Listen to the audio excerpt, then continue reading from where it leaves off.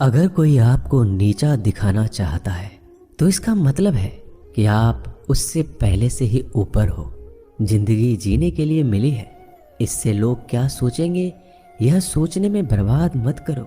किसी के बुरे वक्त में उसका हाथ पकड़ो, सहारा दो, उसे हिम्मत दो, क्योंकि बुरा वक्त थोड़े समय में चला जाएगा लेकिन वह आपको दुआ जिंदगी भर देता रहेगा। मनुष्य सुबह से शाम तक काम करके उतना नहीं थकता जितना चिंता और क्रोध के एक क्षण में थक जाता है।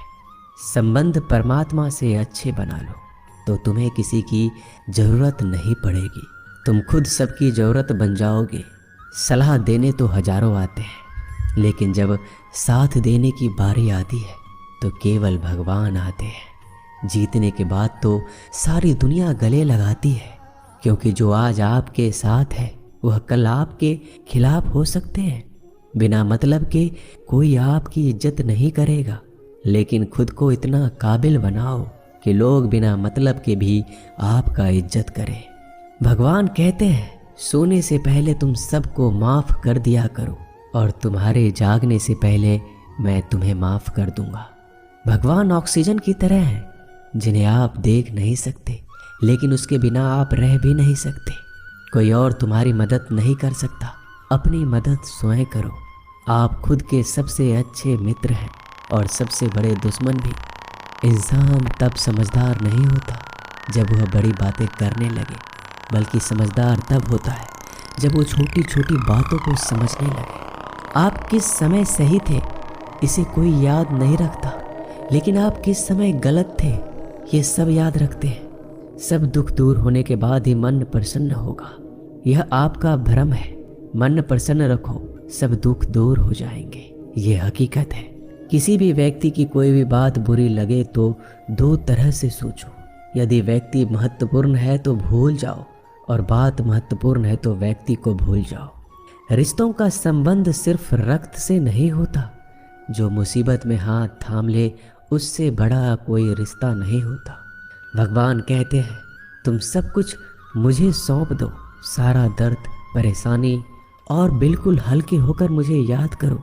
धीरे धीरे तुम्हारा जीवन बदल जाएगा। हर रोज रात को सोने से पहले भगवान को अपनी पूरी दिनचर्या बता के सोएं। अगर आपके द्वारा किसी का दिल दुखा है तो मन ही मन उससे माफ़ी मांगे। अगर आपका किसी ने दिल दुखाया है तो उसे माफ़ करके सारी चिंताएं भगवान को सौंप कर सो जाए। यकीन मानिए इससे आपकी ज़िंदगी खुशनुमा बन जाएगी।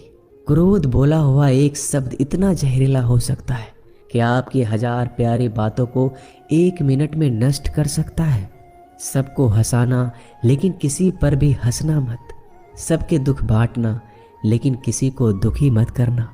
सबकी राह में दीप जलाना लेकिन किसी का दिल जलाना मत। यही जीवन की रीत है, जैसा बोओगे वैसा ही पाओगे। दुआएं और प्रार्थनाएं असंभव को भी संभव बना देती है। ईश्वर को ना हमारे तन की ज़रूरत है ना धन की, उसको तो बस पवित्र मन की ज़रूरत है। इसलिए वो हमें कुछ भी छोड़ने के लिए नहीं कहता, बस कहता है बच्चे मन से विकार छोड़ो, गंदे विचार छोड़ो।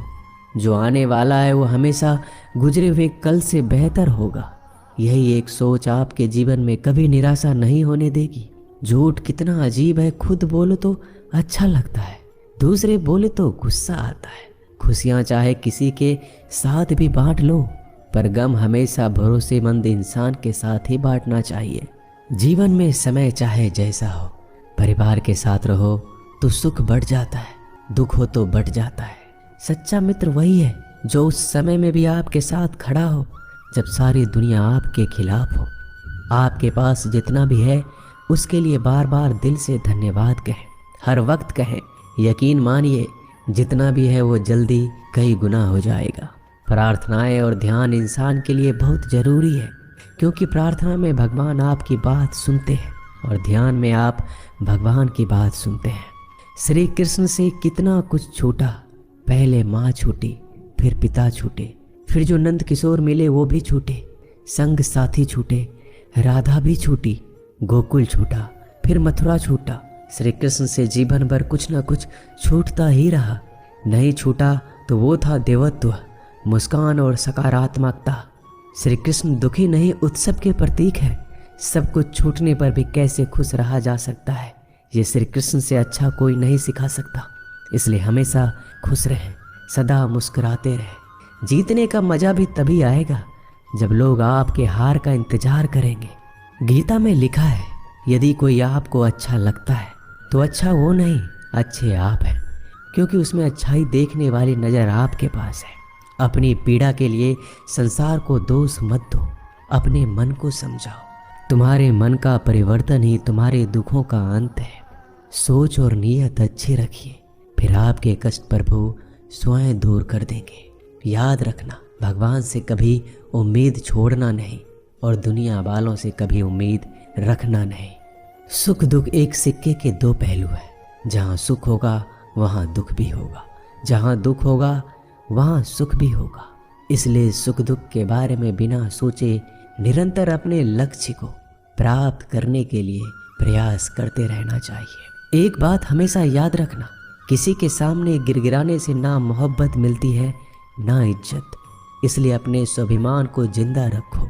कोई अगर आपकी किस्मत में होगा तो आपके पास खुद ही चल कर आएगा। दूसरों को हराने का मौका मत दो, बस खुद को आगे ले जाने की जिद पालो। कभी हार ना मानने की आदत ही एक दिन जीतने की आदत बन जाती है। सिर्फ दो चीज़ें मनुष्य के भाग्य का निर्माण करती है। पहला, स्वभाव। अगर आपके स्वभाव में अच्छाई, विनम्रता और गुण है तो आपका भाग्य चमकेगा। अगर आपका स्वभाव क्रोधी है, आलसी है, तो आपका भाग्य बिगड़ना अनिवार्य है। इसलिए अपने स्वभाव को मधुर और आकर्षित बनाइए। दूसरा, आपकी वाणी। बोलना तो आदमी 2.5 साल की उम्र में ही सीख जाता है, परंतु कब, कहाँ और कैसे बोलना है उसे यह जिंदगी भर भी नहीं समझ पाता। जिसे ये बोलना आ गया कि कब, कहाँ और कितना बोलना चाहिए, समझ लो उसे सफल होने के लिए कोई नहीं रोक सकता। पिता से बड़ा कोई सलाहकार नहीं, माँ की छाँव से बड़ी कोई दुनिया नहीं, भाई से अच्छा कोई भागीदार नहीं और बहन से बड़ा कोई शुभ चिंतक नहीं। इस मतलबी दुनिया से कोई मतलब ना रखो, और मतलब रखना है तो अपने मतलब से मतलब रखो। दुआएं मांगने से किसका भला होता है, मिलता तो वही है जो हमने बोया होता है।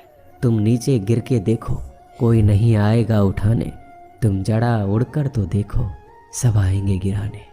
एक बात हमेशा याद रखना, अगर शराब की दुकान पर बैठकर दूध पियोगे तो तुम्हें शराबी का ही दर्जा मिलेगा, और किसी मंदिर में बैठ के पानी भी पियोगे तो तुम्हें एक संत का दर्जा दिया जाएगा। इसलिए आप किसके साथ उठते बैठते हो ये बहुत मायने रखता है। दोस्तों, आशा करता हूँ कि आपने इस वीडियो से बहुत सारी सीख ली होगी। मिलते हैं जल्दी एक नए ज्ञानवर्धक वीडियो में। धन्यवाद। अपना ख्याल रखिएगा।